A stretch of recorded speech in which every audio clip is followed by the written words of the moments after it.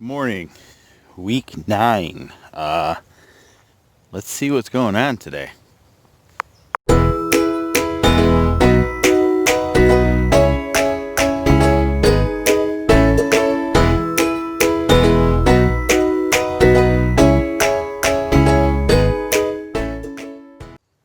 All right, it is week 9 of 2020, and we're going to talk about a couple things today for our update.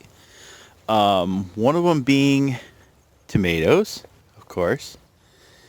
Another one's being the same thing, bacterial wilt. And those are the two we're going to start with because those are the two that are really been an issue this year in the garden. One thing I do want to mention, we pulled 59 pounds of cucumbers, English variety and pickling cucumbers out of the garden this year already. Yeah, that's a lot. And probably pulled over 100 pounds of zucchini out. I got to pick some today. So let's just jump in and talk about what's going on in the garden this week. Couple things. The transition of the zucchini on their way out. They're still doing great and they still look wonderful, and we're not really worried too much about the cucumber beetle at this point for them. I haven't seen any eggs this week. Been kind of just taking care of them. They look great. The ones over there, the grouping over there, are still not giving us what we need. I wonder why that is, but this group over here is just done phenomenal all year. I'm going to pick some zucchini. There's some big ones under there. I'm actually going to leave one to see how big I can actually get the damn thing. But zucchini's about to run their course, but they're still producing a ton. And those tomatoes are not looking good. We're going to talk about the basil. Just show you guys the basil. We got a ton of basil plants. Got 2 that are really big. The ones that were over there in our herb garden area didn't do well. They got just black crap all over them. But these 2 plants are doing phenomenal. So I think I'm going to get Jennifer to make some pesto, and we're going to pick those and dry them out at the very least. Bacterial wilt. So we talked about our melons last time, and I had rehung another melon here, cantaloupe, and it died. You can see the remnants over there. Bacterial wilt again, got to it, and nothing I can do about it. So we had to pull that one out. We've done that quite a few. We've done quite a few that way this week. But let me show you the cantaloupe hanging. Who thought about hanging cantaloupe from a trellis? Look at that. That's amazing. Yeah, see the bacterial wilt. I gotta pull the rest of that out of there. But we've got a new pumpkin, and it's doing awesome. Look at that bad boy. Got another one in there too. It is doing exceptionally well. And I know, we've got some mildew on this plant we gotta take care of, but that pumpkin's doing well. Yeah, we got a lot of mildew we gotta take care of, but we will get to that, I promise. This zucchini plant's got some mildew on it. This one, dead. Bacterial wilt got to it. It's going to take weeks for it to die. Unlike the other plants, something about the pumpkins just are resilient and fight it to the very end. But got another pumpkin we got to pull out of there too as well. So we probably have 1 or 2 pumpkin plants that need to come out because they're just done. Just get them out of there. So by next week we should probably have that out of there. See what else? Our other melon over here. We grew 4 melon over here, and it's just unbelievable what it's done the past 2 weeks. Let's see if I can show you a picture of one. That cantaloupe. Look at that guy. And there's probably 1 or 2 hidden somewhere in here, but I cannot see them. There are plenty of blossoms that I see, but I do not see any cantaloupe started anywhere. But that one. That's so strange. And it's definitely making its way out this way. Pickling cucumbers still going strong. Beans, I've been pulling beans off here like crazy. I really thought that these guys would fill out a little bit more. I mean, we've been taking beans off them like crazy. But let's get to the other ones that I want to talk about. So our pickling cucumbers over here on this trellis have done awesome. We do have a problem though, as you see that big gap though, we've got some bacterial wilt that's taking care of our cucumbers over here, so I'm going to be pulling a bunch of these out. We're probably going to lose over half this, so looks like we might be done with the pickling cucumbers at some point very early. Happens, this is the second year in a row that's happened. Tomatoes looking great. One of the things I want to mention with the tomatoes, as I get over in the other side of the garden, I'll show you that I did that is totally against what I normally do, but I had to do it. Peppers, sorry I'm jumping around. Peppers are phenomenal. Look at these Carmens. These Carmens are unbelievable. Look how big they are. They're going to turn a bright, bright red, and we'll get those done. The pepper plant that I pruned at the very beginning of the year, I pruned 2 of them to see if I can get them to branch out, see if I can get them to produce any more than normal. Didn't really seem to do anything. The ones next to it, actually, that I didn't prune are doing a lot better. Green peppers, those are red peppers over there. Green peppers are producing phenomenally. These are, I gotta say, this is the first year I've had green peppers that have been so abundant. Oh, look at that one.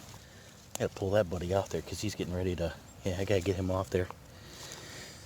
Green peppers this year have been abundant. It's just nuts. I don't know if I got a different plant or whatever, or soil. Like, I hit them heavy with the Epsom salt, the magnesium. You know, everything I've read, everything that everyone tells you is that, you know, peppers love magnesium. So I've hit them really hard this year with the mag, and they've done phenomenal. You know, we've got a little bit of wilt on some of the leaves, but we've had that problem all year. And I expect that to be a huge problem and going to be a huge bummer towards the end of the season. Look at these tomatoes. Look at that. Unbelievable. Tomatoes, yeah. So I've been super bummed about the tomatoes for the past couple weeks, and about the, you know, wilt. And I've cut some of these plants down so much that I was so worried that they wouldn't recover, and there's 1 or 2 of them that are not going to do as well because I had to cut so much off of them. So I kind of just paused on that and took a different route. One route was getting as much as I could that I didn't feel like it would be detrimental to the plant's growth, and then just kind of hope for the best. It's not really a good way to go about it, but it has seemed to work. Here's one that, see, this one's never going to recover. I had to cut this one down, and this one too. Even though with the San Marzanos, they look a little bit different. They work a little bit different than the other tomatoes I'm going to show you, because, you know, their fruit is like really tight in the middle, and they flower upwards. It's just like, it's really amazing. But they took a beating from overwatering from this side of this garden over here. But yeah, so the early blight that we had to fight this year, I did something. I stopped pulling suckers as soon as I realized that the wilt was so bad. Not the wilt. The early blight was so bad that I completely stopped pruning any of the plants at the top. I don't pull off any suckers anymore. So that's why you're going to see these things ballooning out of the cages. And it's just crazy how much they're ballooning out of the cages. Because I had to cut so much off of some of these, I was just like, all right, screw it. These tomato plants need every opportunity they can to grow, and we're just going to give them that and let them go wild. Hopefully, and it seems to have worked, because over the past 2 weeks, like, look at the amount of blossoms we have up here. Look at that. And give them a little flicker. You know, they self-fertilize. So, and yeah, they've done a lot better. I'm really happy about this. There's still some blight on some of them. Yeah, it's just going to be there. Nothing I can do about it at this point. I'm going to try and fight it. If I feel this plant's strong enough, I will take some off. But right now, I'm just going to focus on, wow, look at that. Hold on. Got some, look at the color on these. Look at that. Got some of these pear tomatoes that are ready to go. Unbelievable. Look how beautiful that is. I'm going to pull those off today. Get those home. Yeah, so we're going to leave them alone. Not going to mess with them. We'll tie them up. Make sure they have the support they need.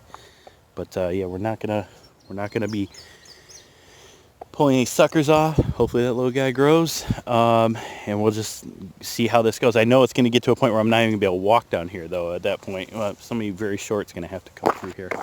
What else? Oh yeah, here's something I realized that happened for the first time this year, and I hear other people talk about it, is the tomatoes that we're growing are not what was marked on the tags that we picked up from the store. So those are supposed to be Sweet 100s.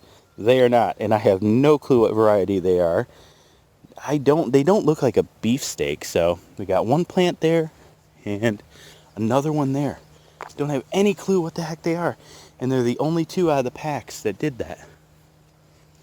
Yeah, all the rest are properly labeled as Sweet 100s or Super 100s. And yeah, it's just real interesting how that takes place. But take a look at some of the zucchini we got. Oh, look at that. There's some good ones. I'm going to pull those off because those are getting too big. I'm going to show you the one that I am choosing to leave on there to see how big we can actually get it. Which is kind of just a dumb experiment, but it's over here somewhere. Of course, I don't know where it's at anymore. It's so dense in here. I don't know. I'll find it later, but it's one of these. I'm going to keep it on there, but yeah, garden's looking great. Been delivering some cucumbers and zucchinis to all my friends at work. And again, if you want in, you're watching this video and you're in the South Lyon area, drop us a message, leave us a comment, come drop some stuff off. Need to pin that guy up. These were our adopted tomato plants that somebody set on the side of the road. I gotta get that one pinned back up, but they're doing quite well. Oh wait, I gotta fix this over here. And oh, one of the ones I've been super excited about are the orange currant, and they just look like a big mess right now, and that's the way I'm gonna leave them. I'm gonna see how this works out. I didn't pin any of this up. I'll do some weeding probably, but other than that, I'm gonna leave them like this. They're a determinate tomato. They're gonna be really small, but they bush out just like a very bushy tomato, unlike the ones that we, the indeterminate ones that we, prune up and let grow straight up and try and pin up as much as we can. Ooh, some English cucumbers. We'll see how that goes this year. Typically I don't like to do that, but hey, trying something new. And yeah, that's about it. We'll take care of the let's see, one thing I want to mention. Oh yeah, the bacteria wilt stuff. Get rid of it. Get it out of your garden. Do not compost it. Do not do anything with it. Burn it. Whatever you want to do with it, just get it the heck away from your garden. Do not just leave the clippings laying on the ground. It will just migrate back into the soil. That goes the same with blight. Yeah, just get it out of there. You guys got to take care of it if you got it. But yeah, look at that. I'm going to see if I can give it overhead. We are 50 feet by 50 feet. That's our gardening space. Got a lot of sun in there, but sorry, a lot of info, just jam-packed. Got a lot to do. Got a lot of pruning to take place today. Some weeding we got to do. This week, I skipped last week, but this week we're going to probably pick up another 20-30 bags of lawn clippings and come drop in here because we're starting to get some weeds again in some of these places. But other than that, yeah, going good, looking good. Got stung again last week right in the forehead, which was awesome because I was trying to take pictures of the bees. Totally my fault, but that's it. Yeah, we're good. Hope everybody has a good day. Have a great week.